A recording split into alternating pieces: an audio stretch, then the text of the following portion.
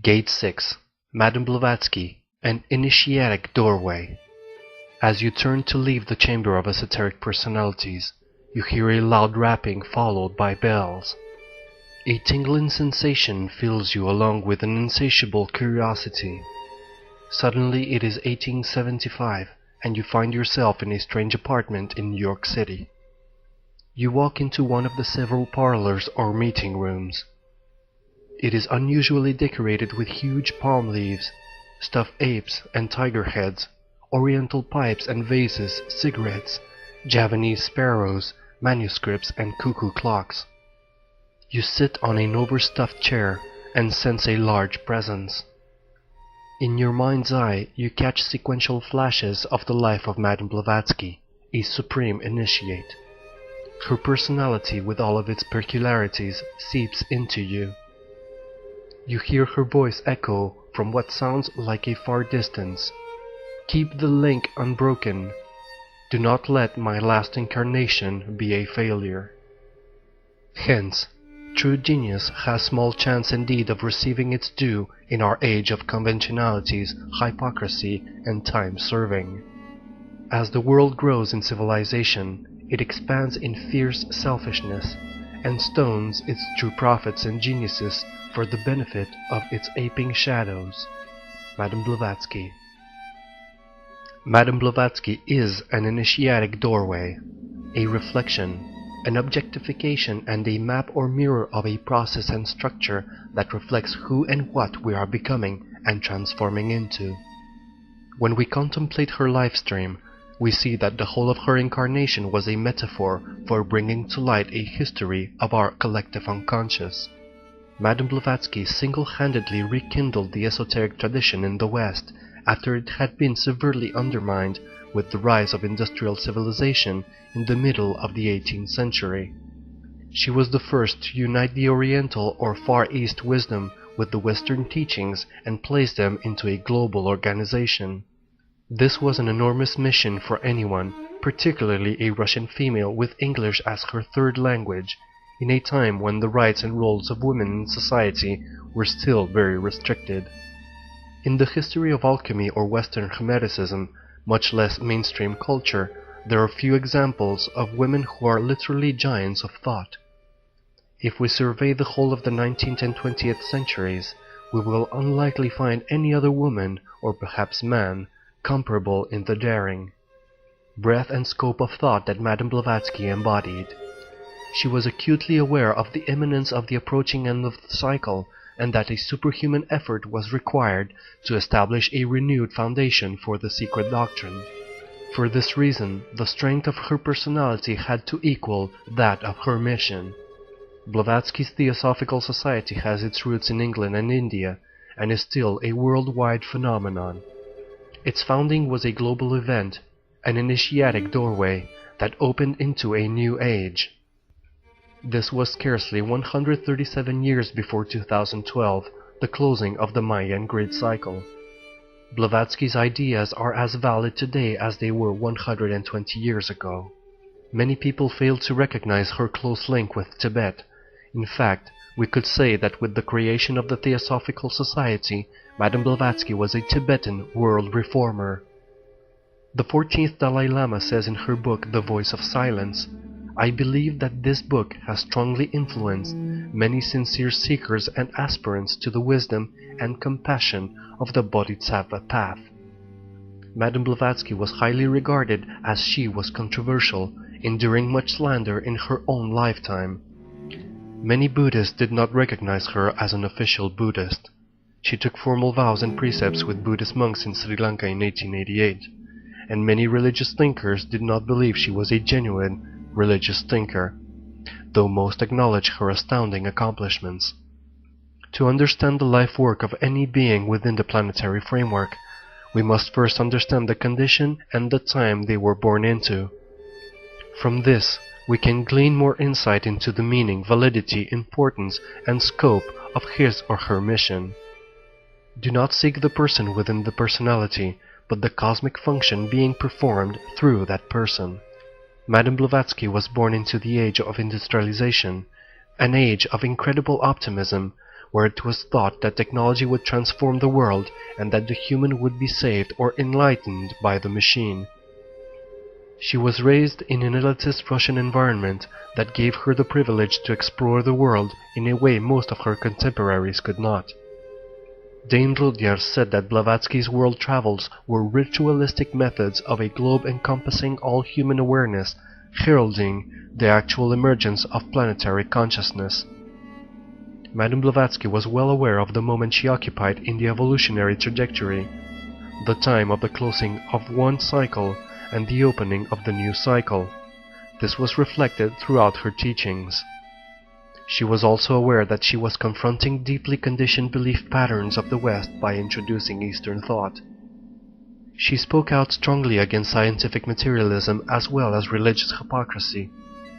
She also knew that the mediumship, psychic powers, and Oriental perspective, inclusive of her apprenticeship of Master Moria, was flying in the face of conventional Western thinking. This is important to understand. Mme Blavatsky called upon her skill at synthesizing vast amounts of knowledge to describe, define, and unify the nature of existence and reality from a spiritual, non-material point of view. She opened a pathway that had been recently shut down, the pathway of the alchemists, hermeticists, and Rosicrucians. She was the first Westerner to bring the existence of the Masters into publicity, and expose the name of the two members of this brotherhood, hitherto unknown in Europe and America. This was Master Moria and Master Kuthumi. Mme Blavatsky's life can be viewed as stages of the transformative psychology of the initiate. We will revisit stages of her life as a series of 7 initiations in order to study the psychological and spiritual precepts underlying one of the most esoteric of esoteric personalities of all time. In this light, we view Mme Blavatsky as an exemplary cosmic personality, understood as an evolutionary template with a specific function. In the case of regularly initiated seers, it must be remembered that we are dealing with a long series of persons who, warned of the confusing circumstances into which they pass when their spiritual perceptions are trained to range beyond material limits, and are so enabled to penetrate to the actual realities of things. Mme Blavatsky.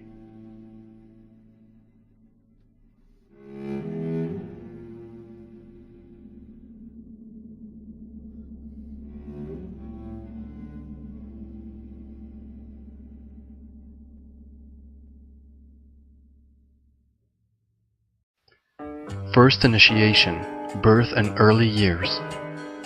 Helena Petrovna von Hahn was born at Ekaterinoslav in southern Russia at close after midnight on August 12, 1831.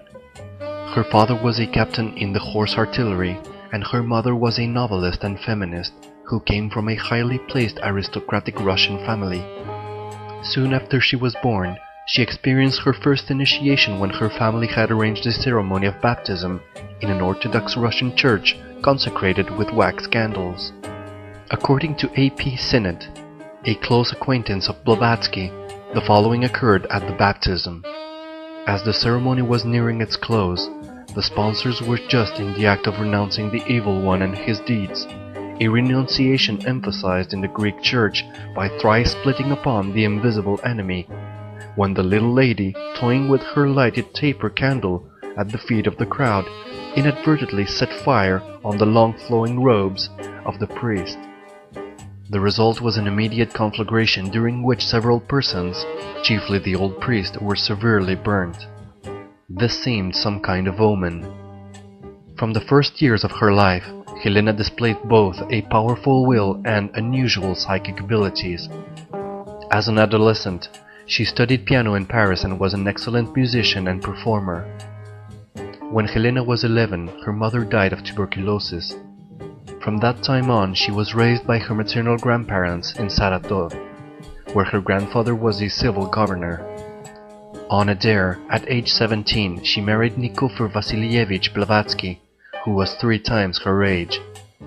Nikifor was also the vice-governor of the province of Erivan in the Caucasus. Before the marriage was consummated, Helena ran away, first to Constantinople, modern-day Turkey.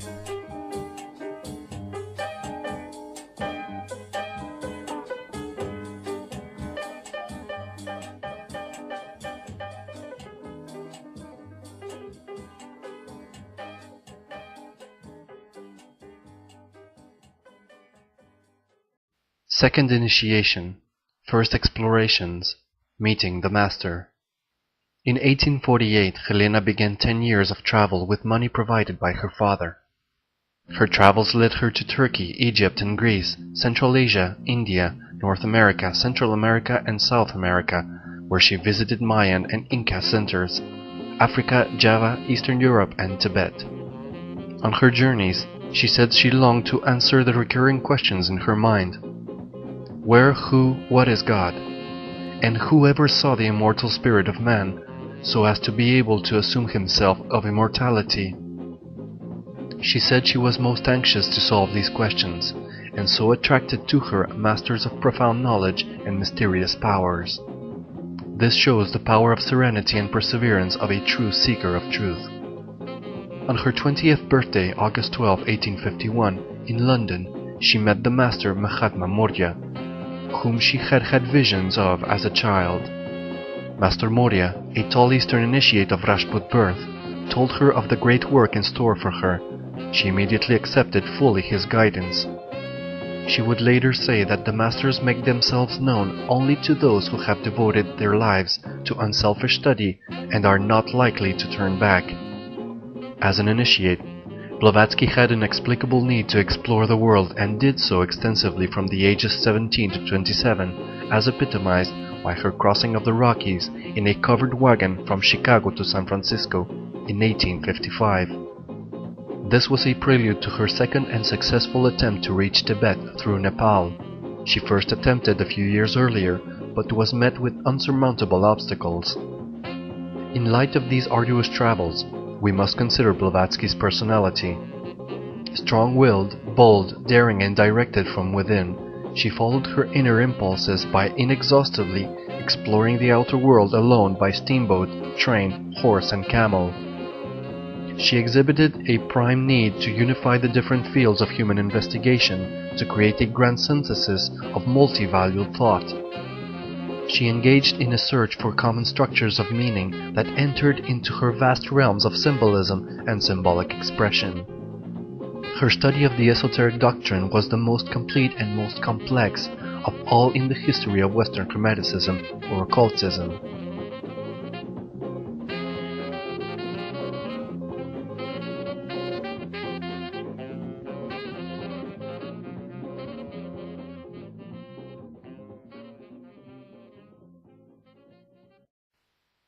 Third initiation, display of power.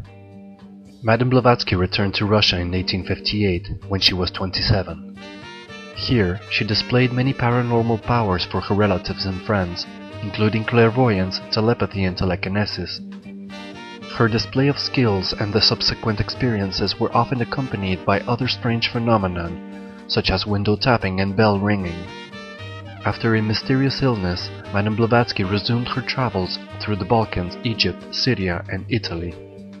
At the age of 29, her mind started becoming more mystically attuned, and her physical body went through many transformations.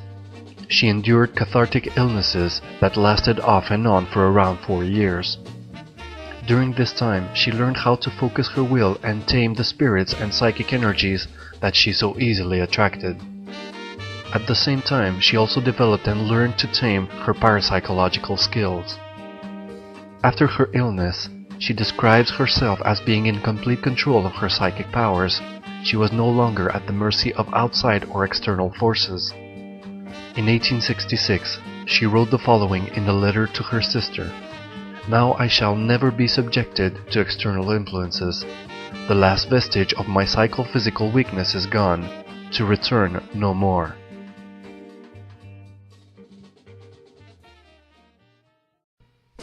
Fourth initiation, mystic travels, encounters with the masters. In 1865, Mme Blavatsky traveled extensively through the Balkans, Greece, Egypt, Syria, Italy, and many other places. In 1867, she joined the forces of the Garibaldi, fighting for Italy's nationhood against the French and Papal forces. She claimed to have received a strange wound near her heart in the Battle of Mentana in Central Asia. From time to time, the wound would open, leaving her close to death, yet she was able to continue her mission. Doctors were baffled by the strange wound that seemed to open and close without explanation.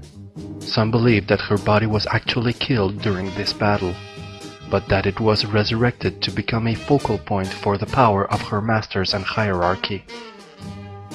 In 1868, she traveled to Tibet via India, following the command of Master Morya.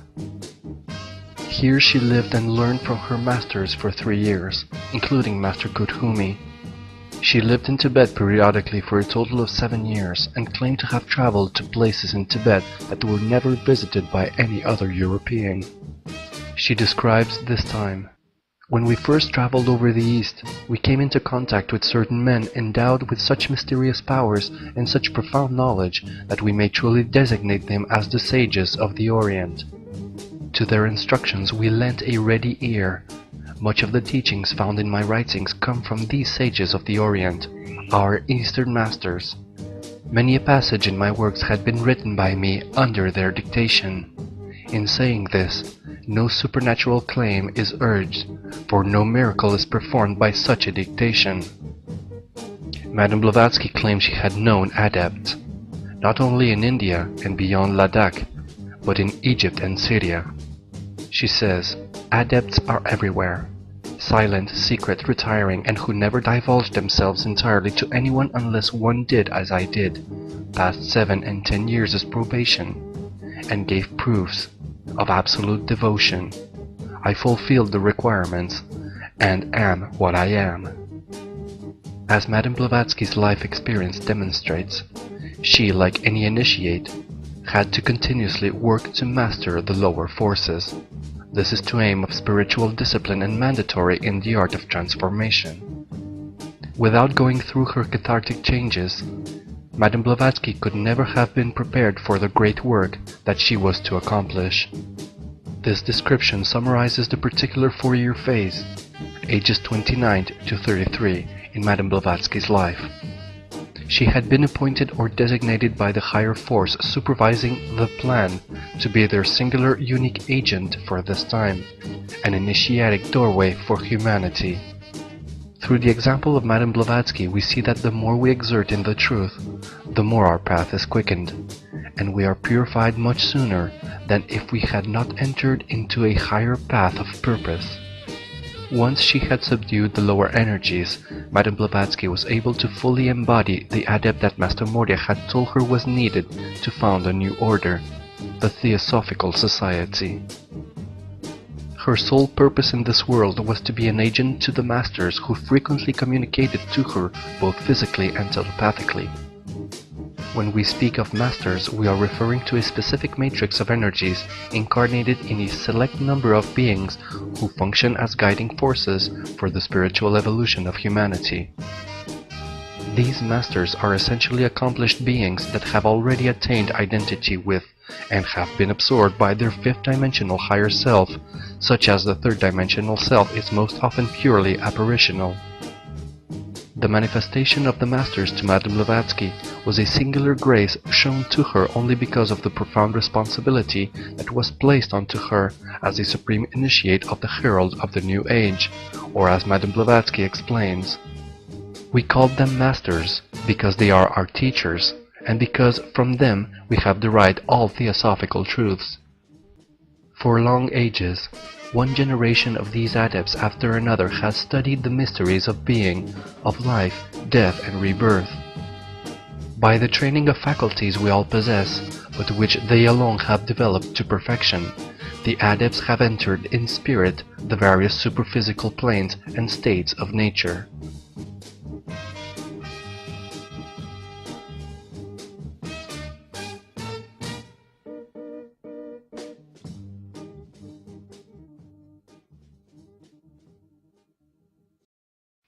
Fifth initiation, transition to greatness, the Theosophical Society. A great transition occurred in 1970 when Mme Blavatsky returned to Europe. Until this period she had spent her life traveling extensively and absorbing much occult knowledge. Now it was time for her to synthesize the great system of knowledge she had learned as it was practiced in the East. The mission given her by Master Morya in 1851 was so large that she was uncertain where to begin. She determined that she would first start acquainting the world with the latent potentialities in human nature. She did this by displaying certain psychic phenomena to a diverse range of people, in hopes to turning their attention toward the hidden sciences of nature. Her reasoning was, "Prove the soul of man by its wondrous powers, and you have proved God." As instructed by her masters, Mme Blavatsky arrived in New York City in July 1873. A year later, she met Colonel Henry Steele Olcott, who would be of enormous help in grounding the vast vision into a coherent structure. Olcott was a distinguished Civil War veteran and lawyer who had a strong interest in spiritualism. His personality was precisely the catalytic energy Mme Blavatsky needed to concretize the mission brewing within her. On September 8, 1875, Mme Blavatsky founded the Theosophical Society together with Colonel Olcott, William Q. Judge, and others. The Theosophical Society became one of the most influential organizations in the late 19th and early 20th centuries. Its inception marked the first time in history that an organization opened a channel for the communication of ancient teachings regarding the nature of the universe and the phenomenon of the human mind in its course of evolution.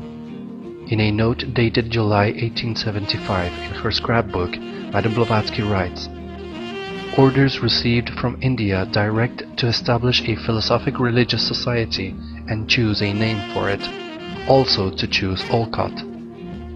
Moria brings orders to form a society, a secret society like the Rosicrucian Lodge. He promises to help. Blavatsky, Collected Writings." The Theosophical Society. At its inception, the chief purpose of the Theosophical Society was to specifically investigate psychic and so-called spiritualistic phenomena. But the objective soon expanded into the following three chief objectives. 1. To form the nucleus of a universal brotherhood of humanity, without distinction of race, creed, sex, caste, or color. 2. To promote the study of Aryan and other Eastern literatures, religions, philosophies, and sciences. And 3. To investigate unexplained laws of nature and the psychic powers of man. Blavatsky's personal seal was the Ouroboros or serpent biting its tail, which symbolizes a complete circuit that contains all knowledge. In Hindu cosmology, the serpent biting its tail represents the point of the Mahapralaya, great seed time, when comes an avataric emanation to close the old cycle and regenerate the new cycle, preceding the Pralaya, new seed time. In other words, the beginning becomes the end, and the end is the beginning. A few months after the founding of the Theosophical Society, Mme Blavatsky set to work on the writing of her first major work, Isis Unveiled. Isis is the symbol of nature, and Isis Unveiled sought to establish the Hermetic tradition which remained active throughout many secret societies, drawing inspiration from Near Eastern traditions, Hermetic, Gnostic, Kabbalist, Sufi, Druzes, and later alchemical Rosicrucians and Masonic. For this work, she called upon the assistance of Colonel Olcott, who took a room on the floor above her at the Le Mazarie on 47th Street in New York. Olcott's task was to correct every page of her manuscript and to help her express her ideas that she could not frame to her liking in English. From this point on, the writing of Isis went on intensively and without a break until its completion in 1877. Olcott attested to Mme Blavatsky's claim that the material for the book was derived from the astral light of her masters. Blavatsky describes the experience in the following way. Space and time do not exist for thought, and if the persons are in perfect mutual magnetic rapport, and of these two one is a great adept of occult sciences, then thought transference and dictation of whole pages become as easy and as comprehensible as the distance of 10,000 miles as the transference of 2 words across the room. Olcott said that he never knew anyone who could be compared with Mme Blavatsky's dogged endurance or tireless working capacity. Keep in mind that at this time there was no manual nor electric typewriters yet available.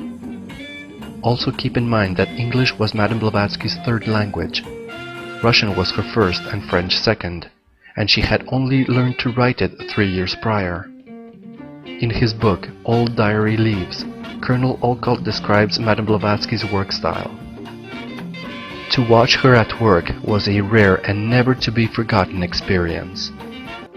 Her pen would be flying over the page when she would suddenly stop, look out into space with the vacant eye of the clairvoyant seer, shorten her vision as though to look at something held invisible in the air before her, and begin copying on her paper what she saw.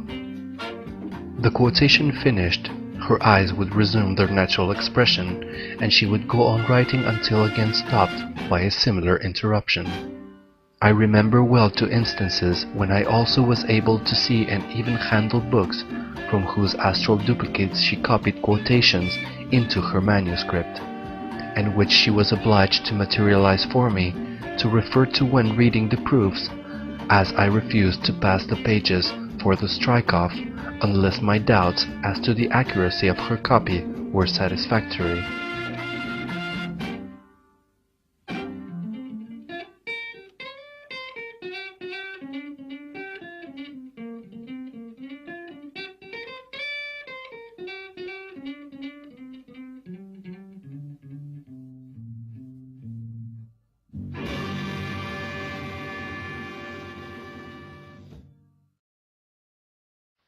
Sixth initiation, the public figure. Is it too much to believe that man should be developing new sensibilities and a closer relation with nature? Mme Blavatsky, Isis Unveiled. In 1877, Isis Unveiled was published as a 2-volume series with more than 1,200 pages. It sold out the first day it was released.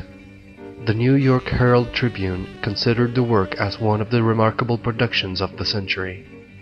This perception was echoed by many other journals and newspapers. It is remarkable to note that in the first 2 pages of Isis Unveiled, Blavatsky refers to the Popol Vuh, the ancient Quiché Maya text, which was scarcely known about at that time. The first chapter of Isis Unveiled explains the cycles of nature, introducing the 71 Mahayugas and the 4 Lesser Yugas, namely the Kali Yuga that we now find ourselves in. At this point, Mme Blavatsky's notoriety greatly increased and visitors flocked to her New York apartment, eager to meet her and witness her magical powers. Her personality was often described as bold and decisive, as well as cultured and courteous. Colonel Olcott described her mediumistic personality in the following way. Helena Petrovna Blavatsky would leave the room one person and return to it another. Not another as to visible change of physical body, but another as to tricks of motion, speech and manners, and with different mental brightness, different views of things, different command of English orthography, idiom and grammar, and different, very different command over her tempter, which at its sunniest was almost angelic, at its worst the opposite. After 2 years of working closely with Mme Blavatsky, Colonel Olcott concluded that she was actually a Hindu man. Putting aside her actions, habits of thought, masculine ways, her constant asseverations of the fact, putting these aside, I have pumped enough out of her to satisfy me that the theory long since communicated by me was correct. She is a man, a very old man, and a most learned and wonderful man. Of course she knows just what my impressions are, for she reads my thoughts like a printed page, and others' thoughts, and it seems to me that she is not dissatisfied, for our relations have insensibly merged into those of the master and pupil. Mme Blavatsky became an American citizen on July 8, 1878, and received much publicity in all the major newspapers. In December of that same year, after receiving instruction from her masters, she and Colonel Olcott departed for Bombay to set up Theosophical headquarters. Many felt that her actions were nothing more than a whim, when in fact she was being guided by beings most cannot perceive. While in Bombay, she founded the monthly magazine, The Theosophist, October 1879, dedicated to occult research. The society experienced rapid growth, with many notable members. In 1880, Mme Blavatsky and Olcott visited Ceylon at the invitation of leading priests and prominent members of the Buddhist community. Her fame had preceded her, and she and Olcott were treated royally. The monks who had read excerpts from Isis Unveiled insisted that she display her powers for them, to which she acquiesced. Colonel Olcott describes this time. Our rooms were packed with visitors all day. There was no end of metaphysical discussions with the aged high priest Bulatgama Sumanatisa. Old Bulatgama was particularly persistent, disputant, very voluble, and very kind. Among other topics of discussion was that of the psychical powers, and Mme Blavatsky, who thoroughly liked him, rang bells in the air, made spirit raps, caused the great dining table to tremble and move, etc., to the amazement to her select audience. It was here, in Ceylon, that Mme Blavatsky and Colonel Olcott took formal vows as Buddhists. Shortly after, they founded the main headquarters of the Theosophical Society in Adyar.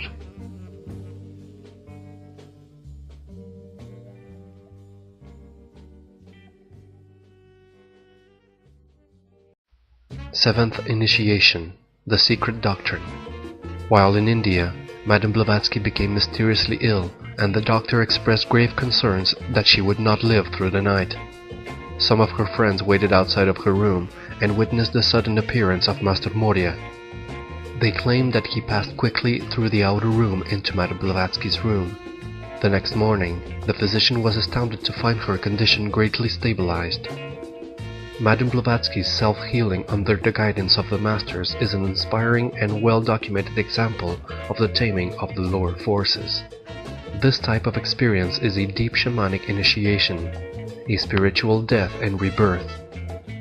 Such an experience is often encountered when first entering a path of heightened awareness, or when first answering a call to a higher mission. This type of initiation calls for a process of increasing discipline to sublimate the lower psychic forces.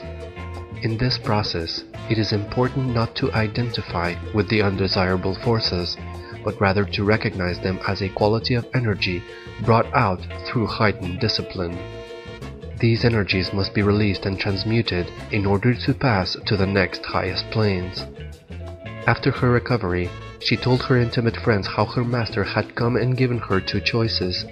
The first, to die and pass on into peace, and the second, to live on a little longer and complete the secret doctrine, so that a few faithful souls seeking the wisdom might be enabled both to get the wisdom and to understand the masters.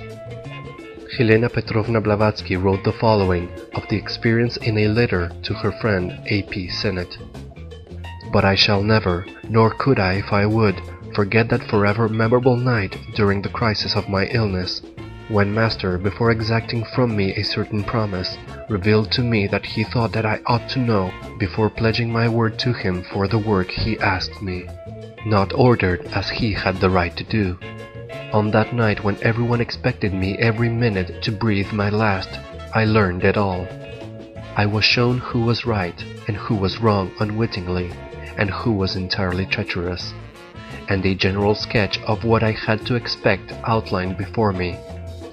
Black treachery, assumed friendship for selfish ends, belief in my guilt, and yet a determination to lie in my defense, since I was a convenient step to rise upon, and what not.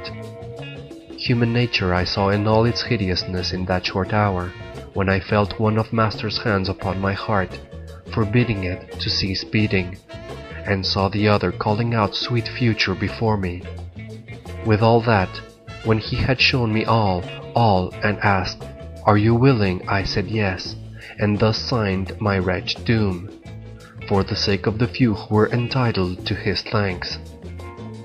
Death was so welcome at that hour, rest so needed, so desired, life like the one that stared me in the face, and that is realized now, so miserable. Yet how could I say no to him, who wanted me to live? But all this is perhaps incomprehensible to you, though I do hope it is not quite true. By 1885, Mme Blavatsky was the target of much slander and scandal. People called her everything from charlatan to fraud. A huge controversy ensued with the Psychic Research Society of London, who branded her one of the most accomplished, ingenious and interesting impostors of history. The tense and unpleasant atmosphere of India became unbearable, forcing her to return to London to continue her work. Since the time of the publication of The Secret Doctrine in 1888, the world population has quadrupled. Many of the technological advances that we take for granted today did not exist then, namely the airplane, automobile, and computer. However, the signs of technological advance were everywhere, the Western European world as well as America, were agog over technology itself, with a spate of world fairs displaying all the latest innovations. At this time, the Eiffel Tower, the world's tallest structure, was under construction. At this time, there was also a great deal of interest in advancement of electricity and electromagnetism. This is an important point when you stop to think about what electricity and electromagnetism connote, a type of etheric vibrant energy. Thomas Edison and Nikola Tesla, both genius pioneers in channeling this cosmic force, were deeply involved in occult work as well. Edison was an official member of the Theosophical Society. The Secret Doctrine was a profoundly well-structured text. Mme Blavatsky synthesized her perspective, which is the perspective of the Orientalist, the combination of esoteric Buddhist and the Vedanta Hindu philosophy. This perspective, underlying a work of such grand cosmic, historical, and scientific breadth, was perhaps the most striking and remarkable aspect of her works and character. There had never been anything like it in the history of human thought. It was truly global. The Secret Doctrine sheds light on the potentiality of the creation of a cosmic personality, according to divine and transcendental precepts that allow it to function in a multi-layered, multi-dimensional universe. The Secret Doctrine is a manifestation of Blavatsky's own complex and highly evolved personality. This synthesis of knowledge, displayed in both Isis Unveiled and The Secret Doctrine, is a fundamental statement of the urge to You Are, the post-historic spirituality. She was aware of virtually every mythological tradition that existed, and synthesized them in such a way to illustrate the fundamental point that they were all derived from a previous root race, like one tree with many branches. These different traditions also point to the fact that we are entering into the fold of another root race. Dane Rudier said of Mme Blavatsky, "Even more convincing is the astounding character of the contents of her large books, especially The Secret Doctrine, which no ordinary mind could have produced without passing dozens of years studying and collating an immense mass of verifiable documents in many great libraries. At the same time, it is evident that Blavatsky, the woman, spent her life away from university and national libraries." In May 1889, Mme Blavatsky made a prophetic statement in her magazine Lucifer, in which she relates the role of Theosophy in the world. If Theosophy prevailing in the struggle, its all-embracing philosophy strikes deep root into the minds and hearts of men, if its doctrine of reincarnation and karma, in other words, of hope and responsibility, find a home in the lives of the new generations, then indeed will dawn the day of joy and gladness for all who now suffer and are outcast. For real Theosophy is altruism, and we cannot repeat it too often. It is brotherly love, mutual help, unswerving devotion to truth. If once men do but realize that in these alone can true happiness be found, and never in wealth, possessions, or any selfish gratification, then the dark clouds will roll away, and a new humanity will be born upon earth. Then the golden age will be there indeed. But if not, then the storm will burst, and our boasted Western civilization and enlightenment will sink in such a sea of horror that its parallel history has never yet recorded. The last 6 years of Mme Blavatsky's life were devoted to writing The Secret Doctrine, The Key to Theosophy, The Theosophical Glossary, The Voice of the Silence, and numerous articles. She died peacefully in London during an influenza epidemic on May 8, 1891.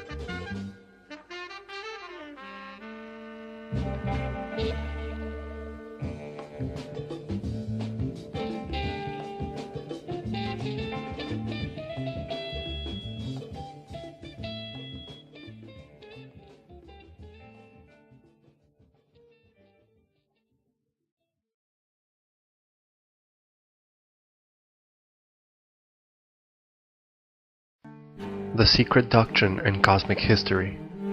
2012 marks the 125th anniversary of the publication of The Secret Doctrine. Mme Blavatsky functioned as a planetary catalyst, bringing forth a perspective and a base of wisdom that is anything but scientific materialist. Her belief was that materialism is and ever shall be blind to spiritual truth. Throughout her life's work, Mme Blavatsky sought to return to the most primary sources of thought and religion of the human race.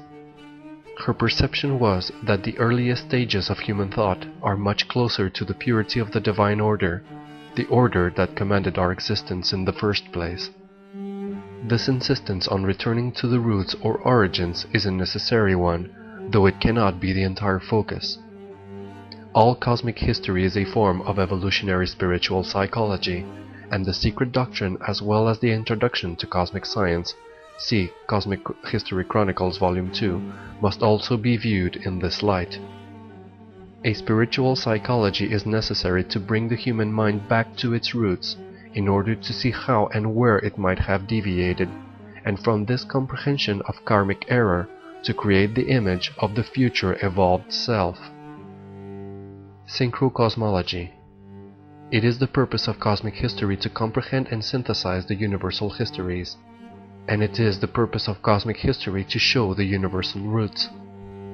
The Introduction of Cosmic Science and the Secret Doctrine provide perspectives and vocabularies which argument the purpose of the GM108X mind stream. To synthesize the essence of these works, according to the formulations of the synchronic order and the law of time, is the purpose of the study of the Secret Doctrine and the Introduction to Cosmic Science.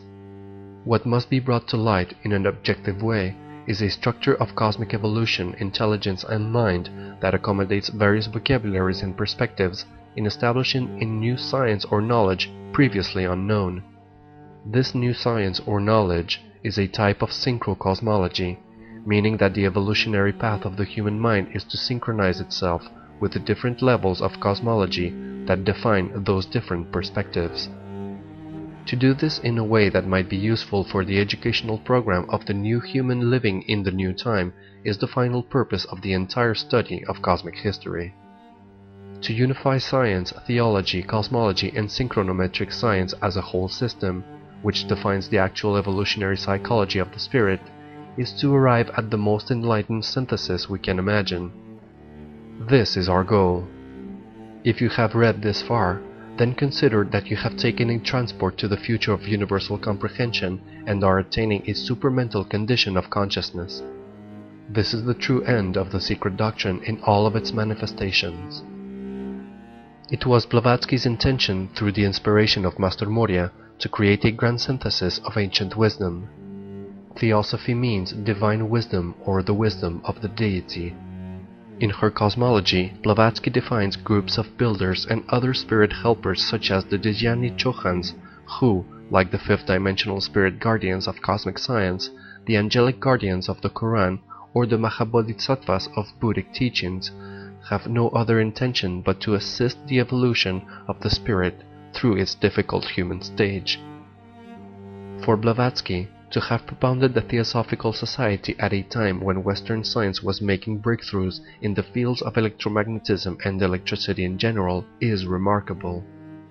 What Blavatsky was trying to communicate in one way was that the efforts of the scientists could only be incomplete, for they do not take into account their own cosmic nature. Cosmic history affirms that only by assuming its cosmic nature can the human race evolve to its next stage. 7 Root Races. The Secret Doctrine states repeatedly that everything visible and invisible in nature is septenary, which refers to a sevenfold nature. A key point in Blavatsky's elaborate cosmology is the role of the 7 root races in the 7 rounds of existence. She says that the whole of the cosmogenesis, the evolution of the cosmos, occurs in a 7-fold process of the 7 rounds of existence round. Each round has a 7-fold division to it.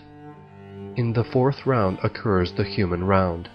This recapitulates the ratio 4:7 as 7:13. Each root race is divided into 7 sub-races, and each sub-race into 7 family races. In cosmic history, this is known as the cave of 49 flames of the human being. Every form contains the image of its creator concealed in it. The 7 root races are as follows. First root race, imperishable sacred land, Polarian epoch. Second root race, Hyperborean epoch. Third root race, Lemurian epoch. Fourth root race, Atlantean epoch. Fifth root race, Aryan epoch. Sixth root race, according to Helena Petrovna Blavatsky, this will evolve in the US. Seventh root race, yet to come. According to this cosmology, we are currently in the 5th root race preparing for the 6th, to be followed by the 7th. Each of the 7 races may overlap a subsequent race or division. According to the law of time, the 6th root race will begin to emerge in 2013. First, there will be a quickening and then a full-on mutational shift, followed by the closing of the cycle, and then the opening of the new. The 6th root race corresponds to the cosmology of the Aztec sunstone, that transitions from the 5th sun to the 6th sun, from the sun of change to the sun of consciousness. The nature of electricity as a cosmic phenomenon was a major concern to Blavatsky, as well as a key to the cosmology of the cosmic science. When we look at Western science, cosmic science and the secret doctrine, we see points of intersection, but in the case of Western science, a widely divergent view defined by a narrow materialistic scope and purpose. Mme Blavatsky's view of science is multidimensional, which obviously transcends contemporary science. This reflects her own personality, which is multi-layered with phenomenally multiple interests. In reading The Secret Doctrine, we realize what amazing comprehensive knowledge Mme Blavatsky possessed. The complete text conveys a feeling of longing for home, or the experience of the entire universe as one cosmic rapture of primal unity.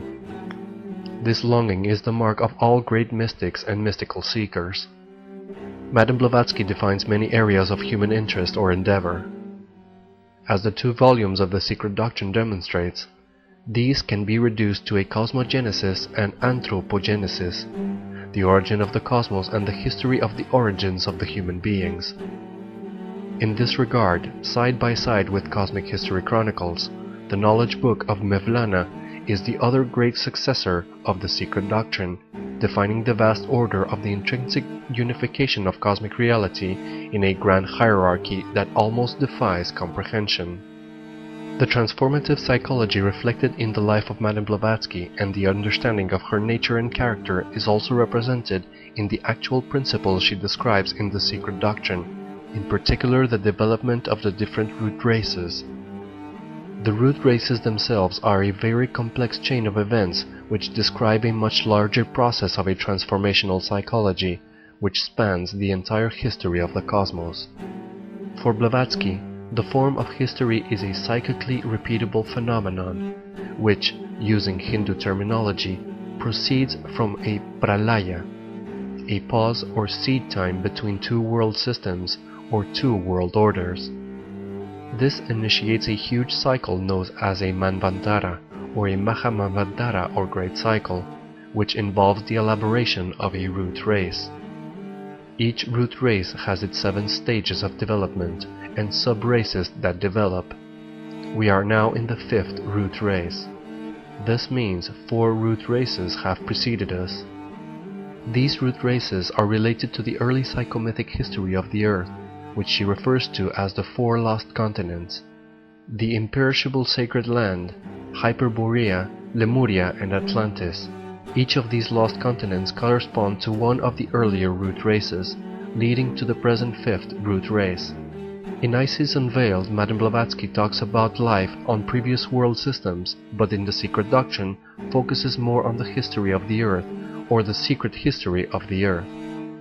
The fifth or present root race is the one that is able to conceive of a higher spiritual level of development. The origin of the fifth root race is indicated to be the serpents and the dragons of the fourth root race. The serpents are those who initiate. She says that the serpent initiates keep themselves in caves and grottos beneath the pyramids. See Cosmic History Chronicles, Volume 2. The synthesis that Mme Blavatsky established in The Secret Doctrine, the principles of the lost worlds and the histories of the 7 evolutionary rounds, pertain to and establish the principles of a formative psychology of the construction of the cosmic personality, the chief focus of cosmic history. We must bring all the knowledge that exists to bear upon its relation to all its different parts, and then we must see how that knowledge sheds light on the previous worlds, the lost worlds. It is only in this way that a comprehensive and cosmic structure of the evolutionary personality may be realized.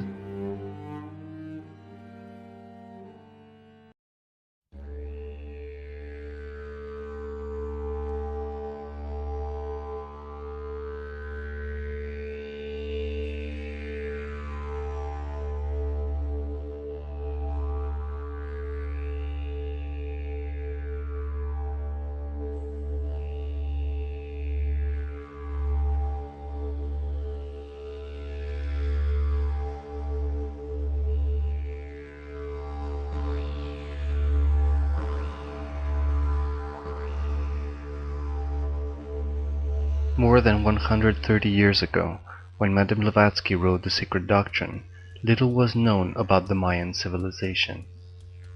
This being the case, it is interesting to note that Mme Blavatsky not only visited the Mexican pyramids, but also called what little written work that was available at that time. She extracted the essence of the information about the one known as Votan from the few original Spanish sources, which she quoted in her books Isis Unveiled and The Secret Doctrine. Both Isis Unveiled and The Secret Doctrine mention the mysterious Votan. Isis Unveiled quotes Votan as being the greatest magician of ancient Mexico. This is astonishing to consider, since this work was written in the 1870s, more than 80 years before the discovery of the tomb of Pacal Votan. It is also interesting to note that the archaeologists who discovered and studied the tomb are loath to make any reference that this could be associated with the Votan, or that Votan might be none other than the great Pacal. Obviously, only a magician skilled in supernatural engineering could have determined how to build that stunning piece of interior architecture with the enormous pressure of the pyramid built on top of a crypt without caving in. The Secret Doctrine states, 7 families who accompanied the mystical personage named Votan, the reputed founder of the great city of Nachan, identified by some with Palenque. In Bulberg's book, Votan, the Mexican demigod, in narrating his expedition, describes a subterranean passage which ran underground and terminated at the root of the heavens, adding that this passage was a snake's hole, un agujero de culebra, and that he was admitted to it because he was himself a son of the snakes, or a serpent. Page 379, Volume 2. Keep in mind that a second book burning in Chiapas in 1692 was intended to destroy all memory of Votan. This makes it most unusual that Brasseur de Bourbourg was able to piece together this information available only in the Guatemalan National Library. It is even more uncanny that Mme Blavatsky would have tuned into this information. Isis Unveiled states that Bulberg gives much information about magic and magicians of ancient Mexico. He says that Votan, the fabulous hero and greatest of all magicians, returning from a long voyage, visited King Solomon at the time of the building of the temple. This Votan appears identical to the dreaded Quetzalcoatl who appears in all the Mexican legends. Quetzalcoatl-plumed serpent is of course another serpent initiate. It is also worth contemplating the fact that Wotan is mentioned as the navigating serpent who would not tell how he got where he was going.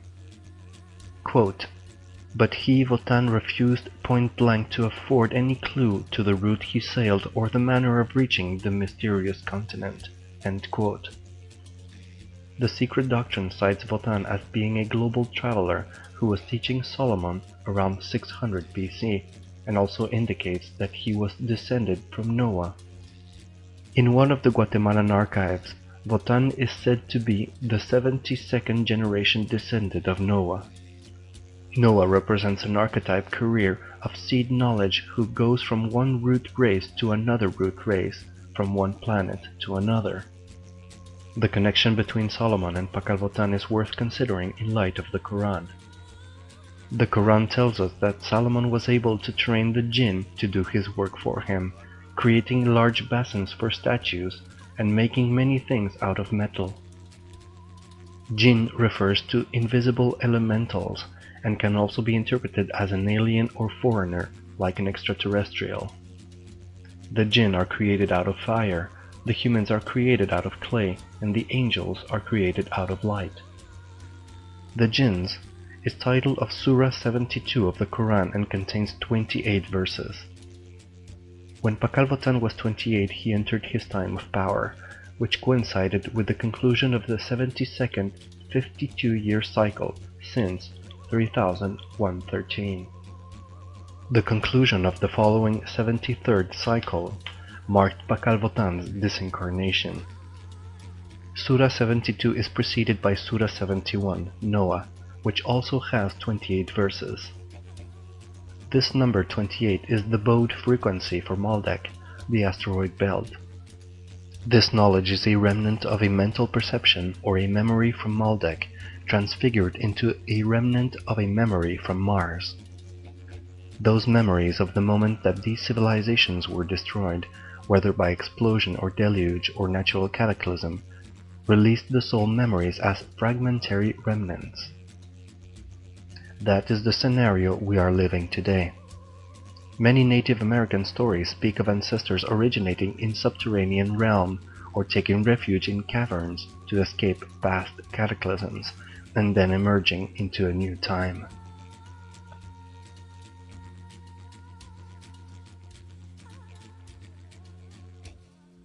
Pakal Wotan personifies or exemplifies the evolution of the spirit in its hierarchical possibilities. As an electrical fifth-dimensional entity, Pakal Wotan has the capacity of assuming an etheric fourth-dimensional form whenever necessary, often for the purpose of surveying world systems. He surveyed this present world system prior to taking a full-blown historical incarnation as the 11th ruler in the dynasty of Nachan Palenque, the earthly galactic Mayan Tolan. The purpose of Pakal Wotan's mission on Earth was to establish the universal religion as the index of spiritual unification of the world systems. Following his disincarnation, Pakal Wotan's fourth fifth-dimensional form assumed a guiding function and toward the end of the cycle sent forth a final emanation. According to Blavatsky, the biggest deluge occurred 850,000 years ago, though there were later deluges after that. She says of Noah and the deluge, Noah floating on the waters in his ark, the latter being the emblem of the moon, and Noah is the spirit falling into matter. We find him as soon as he falls to earth, getting drunk on the wine at the vineyard. His pure spirit becomes intoxicated as soon as he becomes imprisoned in matter. This statement indicates that Noah did not have a body when he first came to earth. This statement indicates that Noah did not have a body when he first came to earth, but once he got a body, he made a vineyard to drink wine to alleviate the pressure of being imprisoned in matter. This is a clue to the unconscious factor of why the drug culture of the 1960s triggered so many Lost Planet annals. Blavatsky points out that many cultures have some recollection of this deluge, and many of those cultures say there were 7 beings who survived. the 7 builders, the 7 rishis, the 7 tribes, or the 7 families that accompanied Wotan. Deluge and catastrophe are the punctuation marks between the development of the different root races according to the secret doctrine. This perception is similar to the 7 evolutionary stages or sequences of human evolution found in cosmic science. See Cosmic History Chronicles Volume 2. As mentioned earlier, our present 5th root race represents the compounding of all the previous root races, according to the secret doctrine. According to the law of time, we represent the final complexification of all the previous stages of development. At this point, the human being is a hybrid mutant on the verge of becoming a superhuman or evolving into the 6th root race, capable of acquiring divine powers. However, we cannot embody the 6th root race until the 5th root race is purified. The serpent initiates point the way to the fulfillment of our evolutive psychology in order to develop a cosmic personality. With a cosmic personality, we overcome the memory fragments that are often mistaken as the basis of our personality. These fragments must be flushed out and transcended by means of the 3rd force of intelligence. Cosmic History. The conditioned personality is the remnant, but the essence within is the whole. The transformative psychology of spirit instructs us to exert in creating a rarefied field or state of consciousness that continuously dissolves or transmutes the fragments. The new evolutionary change begins with the conclusion of the cycle in 2012 and continues with the full emergence of the super being after 2013. This super being consciously operates with the 3rd, 4th, and 5th dimensions. After these dimensions are integrated, then the superhuman and beyond can be reached. Once we reach the point of super being, the karmic tendencies greatly decrease, and by the time we fully embody the supra being, the karmic tendencies give way to a consciously enlightened state. The example of Pakal Votan and the other serpent initiates is a reminder that a path is already laid out for you, wherever you are.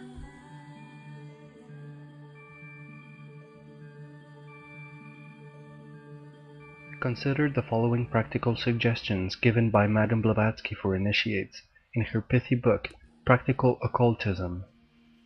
1. Learn that there is no cure for desire, for the love of reward, for the misery of longing, save in the fixing of the mind on that which is invisible and soundless. 2. A man must believe in his innate powers of progress. A man must refuse to be terrified by his greater nature, and must not be drawn back by his lesser or material self. 3. All the past shows us that difficulty is no excuse for dejection, much less for despair, else the world would have been without the many wonders of civilization. 4. Strength to step forward is the primary need of him who has chosen his path. Where is this to be found? Looking around, it is not hard to see where other men find their strength. Its source is profound conviction. 5. The man who wars against himself and wins the battle can do it only when he knows that in the war he is doing the one thing which is worth doing. 6. Resist not evil. That is, do not complain of or feel anger against the inevitable disagreeable of life. Forget yourself in working for others. If men revile, persecute, or wrong one, why resist? In the resistance we create greater evils. 7. The immediate work, whatever it be, has the abstract claim of duty, and its relative importance or non-importance is not to be considered at all. 8. The best remedy for evil is not the suppression, but the elimination of desire, and this can best be accomplished by keeping the mind constantly steeped in things divine. The knowledge of the higher self is snatched away by engaging the mind in contemplating with pleasure the objects, which correspond to the unruly sense. 9. Our own nature is so base, proud, ambitious, and full of appetites, judgments, and opinions, that if temptations restrained it not, it would be undone without remedy. Therefore, we are tempted to the end that we may know ourselves and be humble. Know that the greatest temptation is to be without temptation. Wherefore be glad when it assaults thee, and with peace and constancy resist it. 10. Feel that you have nothing to do for yourself, but that certain charges are laid upon you by the Deity, which you must fulfill. Desire God and not anything that He can give. Whatever there is to do has to be done, but not for the sake of enjoying the fruit of action. If all one's acts are performed with the full conviction that they are of no value to the actor, but are to be done simply because they have to be done, because it is our own nature to act, then the personality of egotism in us will grow weaker and weaker until it comes to rest, revealing the true self to shine out in all its splendor. 11. Do not allow joy or pain to shake you from your purpose. Until the Master chooses you to come to Him, be with humanity and unselfishly work for its advancement. This alone can bring true satisfaction. 12. Knowledge increases in proportion to its use, that is, the more we teach, the more we learn. Therefore, with the faith of a little child and the will of an initiate, give your store to him who hath not wherewithal to comfort him on his journey. 13. A disciple must fully recognize that the very thought of individual rights is only the outcome of the venomous quality of the snake of self. He must never regard another man as a person who can be criticized or condemned, nor may he raise his voice in self-defense or excuse. 14. No man is your enemy. No man is friend. All alike are your teachers. One must no longer work for the gain of any benefit, temporal or spiritual, but to fulfill the law of being, which is the righteous will of God.